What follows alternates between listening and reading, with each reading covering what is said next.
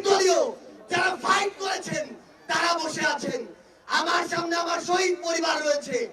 এই প্রত্যেকটি গুম, খুন, বিচার বহির্ভূত হত্যা, এগুলোর বিচার যেন আমরা ঐক্যবদ্ধভাবে করি। প্রিয় উপস্থিতি, এই মুহূর্তে আপনাদের সামনে বক্তব্য রাখবেন জুলাই বিপ্লবের অগ্রনায়ক সার্জিস আলম। বক্তব্য রাখছেন সার্জিস আলম।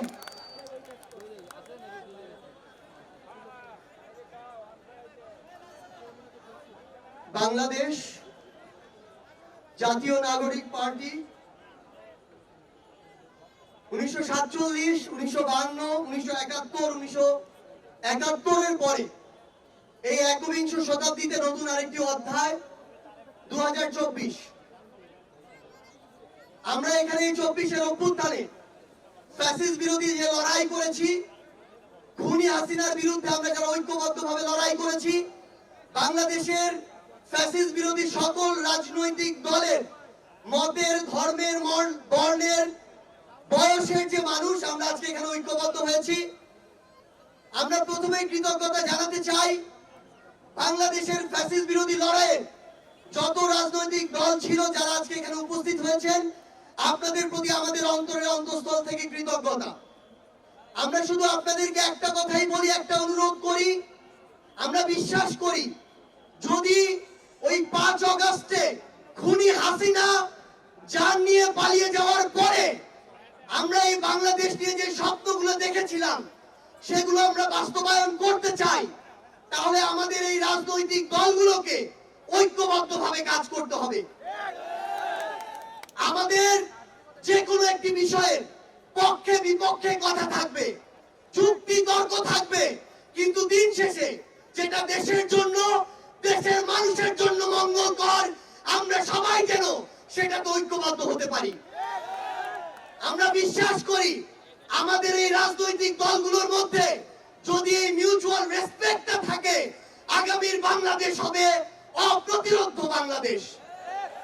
আমরা আপনাদেরকে অনুরোধ করি বাংলাদেশের সরকারি যত কর্মকর্তা কর্মচারী আছে তারা যেন আর তাদের দায়িত্ব পালন বাদ দিয়ে তোষামোদীর রাজনীতিতে লিপ্ত না হয়।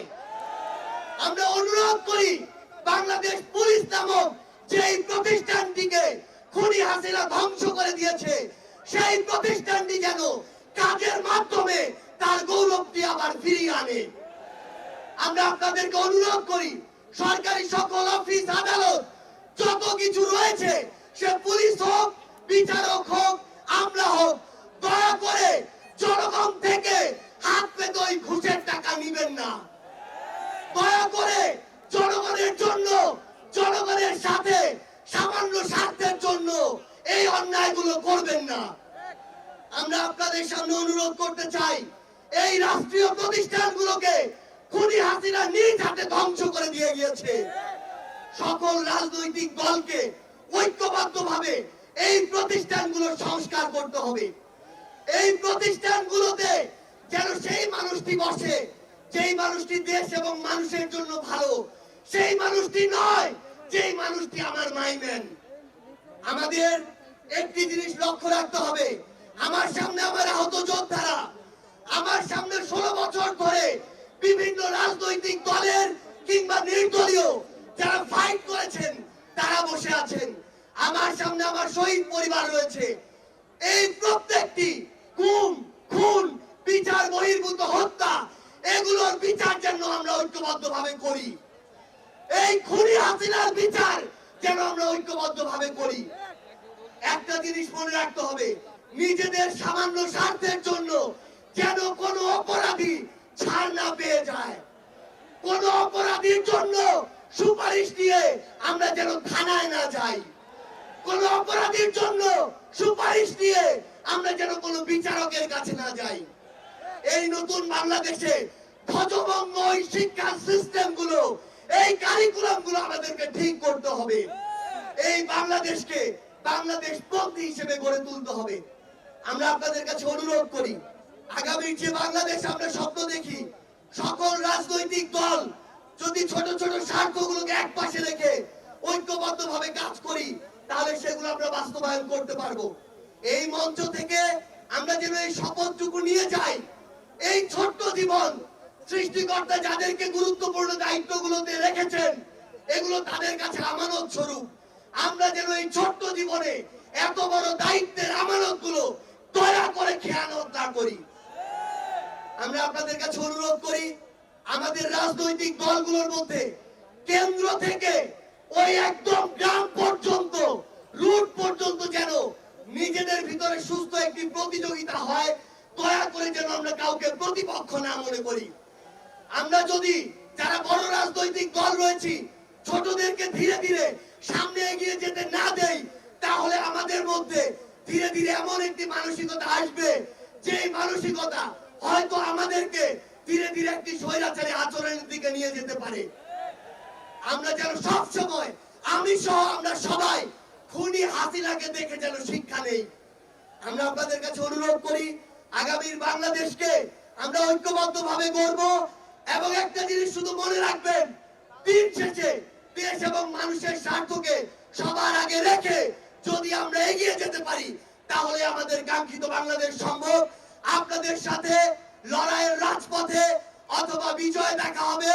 সব সময় বাংলাদেশের এই নতুন আজ যে পার্টিটি জন্ম নিতে যাচ্ছে, সেই পার্টির সাথে থাকবেন, সমর্থনে থাকবেন, দোয়ায় রাখবেন।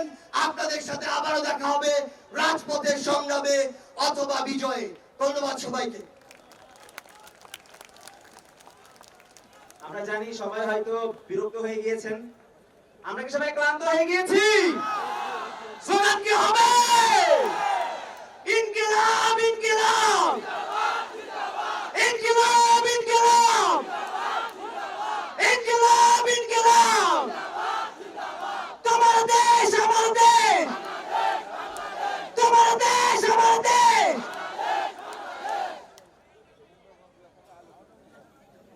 এরপর যে আমাদের যে এতক্ষণের আকাঙ্ক্ষিত যে ঘোষণা, যে কথা,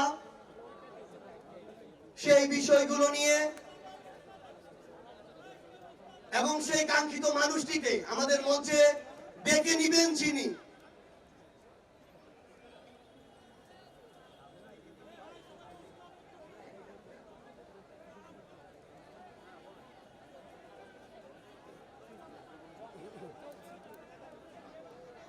প্রিয় উপস্থিতি, এই মুহূর্তে আমাদের নতুন রাজনৈতিক দলের আহ্বায়ক এবং সদস্য সচিবের নাম ঘোষণা করবেন জুলাই গণঅভ্যুত্থানের শহীদ মোহাম্মদ ইসমাইল হোসেন রাব্বির বোন। মঞ্চে আসার জন্য অনুরোধ করছি শহীদ মোহাম্মদ ইসমাইল হোসেন রাব্বির বোন মিম আক্তার আপুকে।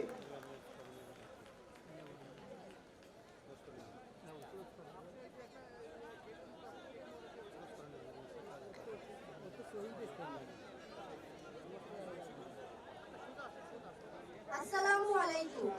আশা করছি সবাই ভালো আছেন। আপনাদের মনে আছে 5ই আগস্টে দুই বোনের কাঁধে ভাইয়ের লাশ। সেই দুই বোনের মধ্যে আমি এক বোন মিম আক্তার। ইতিহাসের পাতায় কখনো হয়তো দেখা হয়নি বোনের কাঁধে ভাইয়ের লাশ। এই মর্ম তো ইতিহাসের পাতায় এরকম ঘটনা ঘটিয়ে গেছে খুনি হাসিনা। আমি শহীদ ইসমাইল হোসেন রাব্বির বোন 2024 সালের গণঅভ্যুত্থানের পর ছাত্র জনতার নেতৃত্বে যে নতুন রাজনৈতিক দলটি বাংলাদেশে আত্মপ্রকাশ করতে যাচ্ছে, তার নাম জাতীয় নাগরিক পার্টি। আমি প্রথমে জাতীয় নাগরিক পার্টির আহ্বায়কের এবং সদস্য সচিবের নাম ঘোষণা করছি। জাতীয় নাগরিক পার্টির আহ্বায়ক ও সদস্য সচিব জুলাই গণঅভ্যুত্থানের অগ্রনায়কগণ এবং এক দফার ঘোষক। আহ্বায়কের নাম হচ্ছে নাহিদ ইসলাম এবং সদস্য সচিব আক্তার হোসেন।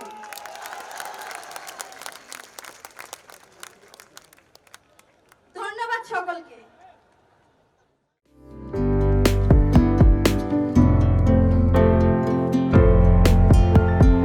পহেলা জানুয়ারি 2025 ইউটিউব জার্নালিজমের অগ্রদূত changetv.press 6 বছর পেরিয়ে পা রাখলো গর্বিত আমি অত্যন্ত আনন্দিত হলাম যে চেঞ্জ টিভি আগামী কয়েকদিনের মধ্যেই 6 বছর পূর্ণ করবে। আর হাঁটি হাঁটি পা পা করে চলা শুরু করে এখন সে বেশ দৌড়াদৌড়ি করছে বলা যেতে পারে। ও নামটাও অত্যন্ত বলবো যে সিগনিফিক্যান্ট, যে চেঞ্জ, এই গণঅভ্যুত্থান কিন্তু চেঞ্জ চেয়েছে। সেই হিসেবে তোমার টেলিভিশনের তোমার এই চ্যানেলের নামের একটা যথেষ্ট মিল পাওয়া যায়। আমার প্রত্যাশা যে এই গণঅভ্যুত্থানের যে প্রত্যাশা, যে আশা আকাঙ্ক্ষা, চেঞ্জ টিভি সেটিকে এগিয়ে নিয়ে যাবে। তোমাকে শুভেচ্ছা। চেঞ্জ টিভি যারা সম্পৃক্ত আছেন, যারা কর্মী আছেন, সামনে পেছনে সকলকে আমার শুভেচ্ছা। changetv.press, এক ফোঁটা হলুদ নেই।